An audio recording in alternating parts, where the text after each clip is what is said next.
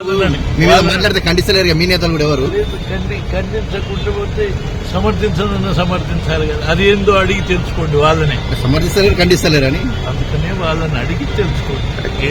Sir మిమ్మల్ని పదే పదే తిన్మర్మలను టార్గెట్ చేస్తున్నా పార్టీ ఎవరు రెస్పాండ్ అవ్వట్లేదు. ఎవరు ఏమనుకున్నా కూడా ప్రజలు అర్థం చేసుకుంటారు. లేదా పాత్రదారులు ఎవరు వాళ్ళు తెలియజేస్తారు. మిమ్మల్ని ఎందుకు టార్గెట్ చేస్తా ఉన్నారు తిన్మర్మలను?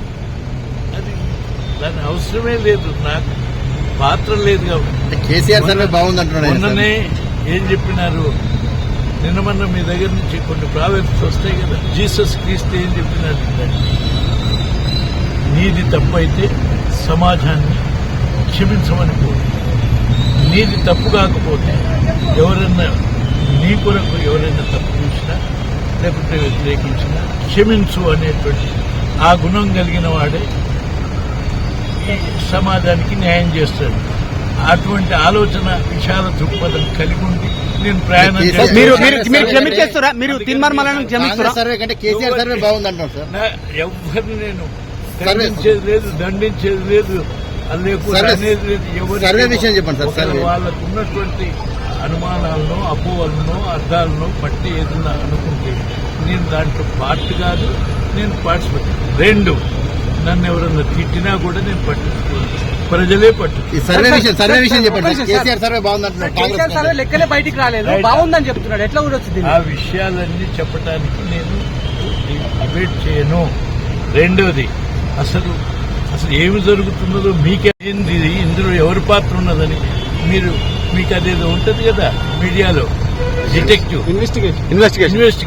ఇన్వెస్టిగేషన్ ద్వారా తెలుసుకొని నా దగ్గరకు వచ్చి మాట్లాడితే అప్పుడు నేను మాట్లాడతాను. ఒకటి లేదు, ఒట్టిన గాలి మాట్లాడుకుంటే ఏం ఉపయోగం? అర్థమైందా లేదా? మీ ఇన్వెస్టిగేషన్ మీడియా ద్వారా మన పాత్రను గురించి మీరేం అర్థం చేసుకున్నారో వచ్చి నన్ను డిబేట్ చేసి, లేదు మీరు అర్థం చేసుకున్న దాన్ని విపులంగా ప్రజలకు చెప్పండి, అప్పుడు అది సరి అయిన కొత్త ఇన్ఛార్జ్ గురించి సింప్లిసిటీ ఉన్నారు. కొత్త ఇన్ఛార్జ్ నటరాజన్ అయితే ఇది సహజం కదనయా.